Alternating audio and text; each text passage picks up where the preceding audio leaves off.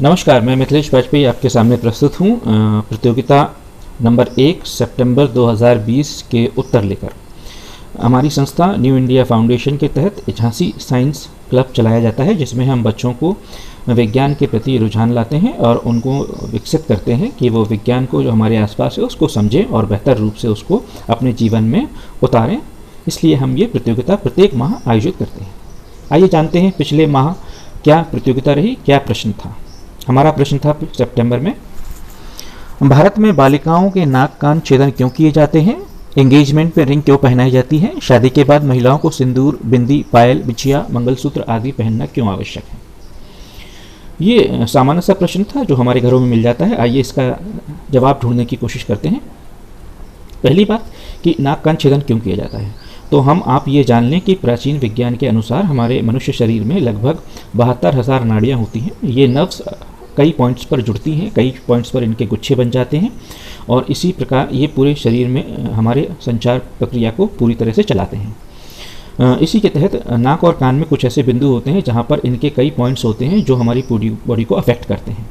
तो नाक और कान में इसी तरह छेद किया जाता है, जो कि हमारी पुरानी अगर चाइनीज़ पद्धति में देखें तो इसको एक्यूप्रेशर और एक्यूपंक्चर का नाम दिया जाता है।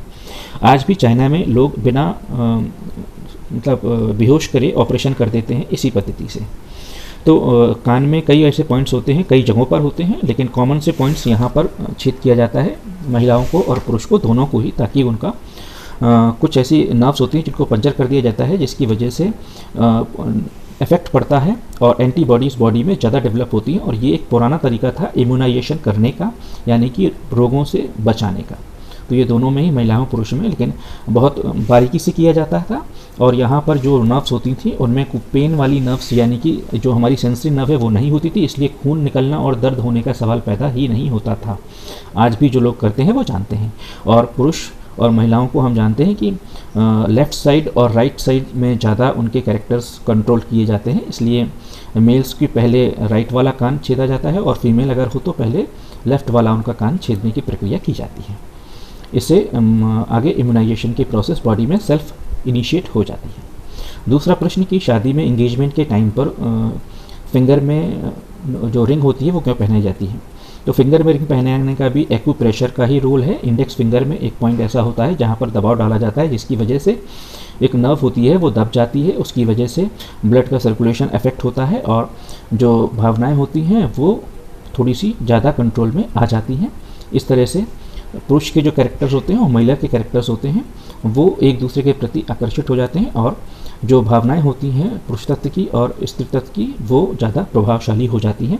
और ये प्रक्रिया एंगेजमेंट पर ही की जाती है, जिससे कि आने वाले जो समय, शादी के समय तक दोनों के प्रति एक अच्छी सी बॉन्डिंग हो जाए। आगे बात, शादी के बाद बिछिया क्यों पहनाई जाती है। बिछिया पहनाने के लिए भी एक विशेष पैर की उंगली का इस्तेमाल किया जाता है और बिछिया पहनाते समय वहाँ पर बिछिया को थोड़ा सा दबा दिया जाता है, वो अनिवार्य होता है। उसके दबाने से भी एक नर्व एफ होती है वो दब जाती है, जिससे कि यूटेरस में जो ब्लड फ्लो होता है वो ज़्यादा बढ़ जाता है, जिसकी वजह से यूटेरस प्रॉपरली डेवलप हो जाता है। तो ये प्रक्रिया शादी के बाद ही की जाती है, जिससे कि यूटेरस डेवलप हो जाए और प्रेगनेंसी में आसानी हो और मिसकैरेज की संभावना बहुत कम हो जाए, इसलिए बिछिया पहनाई जाती है। भारतीय विज्ञान में एक ही चीज़ को कई तरीके से इस्तेमाल करने की पद्धति भी रही है, इसलिए बिछिया को मेटल की बनाया जाता है।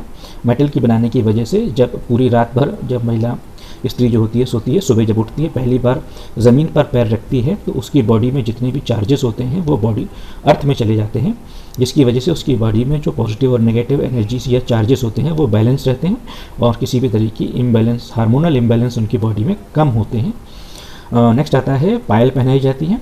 पायल पहचाने का भी यही रूल है कि पहले एंकल पे क्या होता है, हमारी जो एड़ी होती है वहाँ पर एंकल पे कई नर्व्स आके जुड़ती हैं, तो जब पायल बार बार उससे टच करती है, घर्षण होता है, तो उसकी वजह से वो एक्टिवेट हो जाती है और सर्कुलेशन जो होता है पैरों में वो ज़्यादा बढ़ जाता है ब्लड का, जिसकी वजह से उनको काम करने में ज़्यादा परेशानियाँ नहीं आती हैं। दूसरा फ़ायदा सामाजिक तौर पर ये होता है कि महिला घर में जहाँ भी जाती है तो पुरुष को पता चल जाता है कि महिला कहाँ जा रही है। तो बूढ़े बुजुर्ग जो होते थे, जो ससुर वगैरह होते थे, वो कमरे से बाहर चले जाते थे या उनको पता चल जाता था कि बहू अब यहाँ आ रही है या जा रही है, यानी स्त्री का पूरे घर में जहाँ भी प्रवेश होता था वो पायल के माध्यम से, आवाज़ से पता चल जाता था। इसी तरह चूड़ी पहनाने का फैशन भी इसीलिए कि एंकल्स पर फिर कई सारी नर्व्स जो होती हैं वो जुड़ जाती हैं, इसलिए आज भी नाड़ी विज्ञान में सबसे पहले जो नाड़ी होती है यहाँ पर हाथ के पास कलाई में, वहाँ पकड़ के देखा जाता है और विश्लेषण किया जाता है। तो इसका सीधा सा अर्थ है कि कलाई में काफ़ी सारी नर्व्स आकर जुड़ती हैं। तो चूड़ियाँ जब पहनी जाती हैं तो चूड़ियाँ बार बार उससे घर्षण करती हैं, उससे भी ब्लड का सर्कुलेशन बढ़ता है और कई पॉइंट्स ऐसे होते हैं जो कि एक्टिवेट हो जाते हैं। दूसरा, हम जैसे बताया कि कई उपयोग उसके होते हैं, इसलिए इसको कांच का बनाया जाता है। कांच का बनाने की वजह से चूड़ियाँ जब आपस में टकराती हैं तो भी एक विशेष प्रकार की ध्वनि प्रकट करती हैं, जिसे हम वाइब्रेशनल एनर्जी कहते हैं, और एक विशेष प्रकार की फ्रिक्वेंसी की होती है जिससे पॉजिटिव एनर्जी डेवलप हो जाती है। क्योंकि जब महिला दूसरे के घर में जाती है शादी के बाद तो उसे सभी लोगों का मन जीतना पड़ता है, इसलिए उसमें कुछ ऐसी पॉजिटिव एनर्जी डेवलप करने के लिए चूड़ियाँ बनाई जाती हैं, जिससे कि जब वो बजती हैं तो उनके चारों तरफ एक वाइब्रेशन एनर्जी होती है, पॉजिटिव एनर्जी हो जाती है और नेगेटिव एनर्जी खत्म हो जाती है, जिससे वो सबको प्यारी लगने लगती है, सबका मन जीत लेती है। इसी तरह शादी के बाद मंगलसूत्र का भी एक बहुत बड़ा विशेष स्थान है। मंगलसूत्र का विज्ञान बहुत ही पुराना है और बहुत ही जटिल है।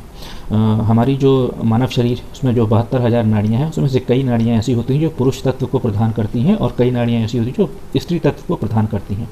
मंगलसूत्र में जो धागा होता है वो दोनों की ही पुरुष तत्व नाड़ियाँ और स्त्री तत्व नारियों के आधार पर विशेष रूप से अभिमंत्रित करके वो धागा बनाया जाता है और उस धागे के ऊपर मोती लगाए जाते हैं। वो भी विशेष प्रकार के होते हैं, बीड्स के होते हैं, यानी कि वो किसी धातु के, मेटल के नहीं होते हैं, वो कांच के होते हैं या किसी ऐसी चीज़ के होते हैं जिनमें कि ऊष्मा को संग्रहित करने की शक्ति ज़्यादा होती है, हीट एब्जॉर्प्शन की शक्ति ज़्यादा होती है। तो पहली बात तो जो धागा होता है वो अभिमंत्रित होता है, जिसकी वजह से शादी के दौरान दोनों के जो आचार विचार हैं वो बंध जाते हैं एक दूसरे से और एक दूसरे के प्रति भरोसा ज़्यादा होने लगता है। मंगलसूत्र का ये उपयोग है। दूसरा, जो उसमें बीट्स पड़े होते हुए वो हीट एनर्जी को एब्जॉर्ब करते हैं, इसलिए महिलाओं को कहा जाता है कि मंगलसूत्र बॉडी के अंदर यानी कपड़ों के अंदर पहने ताकि वो हमेशा बॉडी से टच में बना रहे और जितनी भी बॉडी की एक्स्ट्रा हीट होती है वो एब्जॉर्ब कर लें, जिसकी वजह से बॉडी में जो थर्मो रेगुलेशंस है वो स्त्री के शरीर में बराबर बना रहें और वो उनके में एक एडजस्टमेंट बॉडी में रहे, कभी भी उनको उत्तेजना ना हो, कभी गुस्सा ना आए, कभी इस तरह की भावनाएं ना प्रकट हों जो किसी गलत चीज़ों में उनका मन चला जाए। तो उसको बैलेंस बनाने के लिए ये सब किया जाता है। तीसरा, मंगलसूत्र में एक पेंडेंट लगा होता है बीच में जो हमेशा बाहर की तरफ उभरा रहता है और अंदर की तरफ कटोरी के शेप का होता है। उसका भी यही महत्व है कि जब हार्ट से वाइब्रेशंस निकलती हैं, क्योंकि हार्ट हमारा हमेशा बीट करता रहता है, तो वो उस एनर्जी को संग्रहित करती है और बाहर वेस्ट नहीं होने देती है, वापस शरीर में वापस उसको भेजती हैं। तो इस तरह से जो एनर्जी होती है वो वेस्ट नहीं होती है, वो संग्रहित रहती है स्त्री में ही। स्त्री के साथ ही ये सब चीज़ें क्यों की जाती हैं, पुरुष के साथ क्यों नहीं की जाती हैं? क्योंकि स्त्री की बॉडी में जो होता है वो हार्मोनल बैलेंस बिगड़ने की संभावनाएं ज़्यादा होती हैं, क्योंकि उनमें प्रजनन करने की क्षमता होती है बहुत ज़्यादा, जो कि पुरुष में नहीं होती है। उनको ही माँ बनना पड़ता है, इसलिए उनकी बॉडी में बहुत सारे हार्मोनल चेंजेस आते हैं, वो उन्हें ज़रूरी होता है बैलेंस करने के लिए, इसलिए ये सारी पद्धतियाँ अपनाई गई हैं। दूसरी बात यह है कि शादी के बाद उनको दूसरे के घर जाना होता है जहाँ सभी का मन जीतना होता है, उस घर में अपनी जगह बनानी होती है, इसलिए उसकी एनर्जी का बहुत ज़्यादा ख्याल रखा गया है।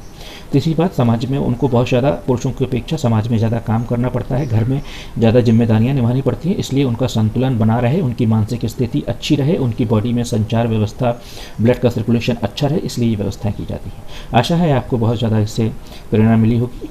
आज्ञा दीजिए, अगली बार का जो भी प्रश्न है वो कल प्रकाशित किया जाएगा। ज़्यादा से ज़्यादा इसमें भाग लें और अपना ज्ञान बढ़ाएं और विज्ञान को सिर्फ किताबों तक सीमित ना रहने दें, हमारे आसपास जो विज्ञान है उससे भी अपना ज्ञान बढ़ाएं और उसको अपने जीवन में उतारें, लाभ उठाएं उससे।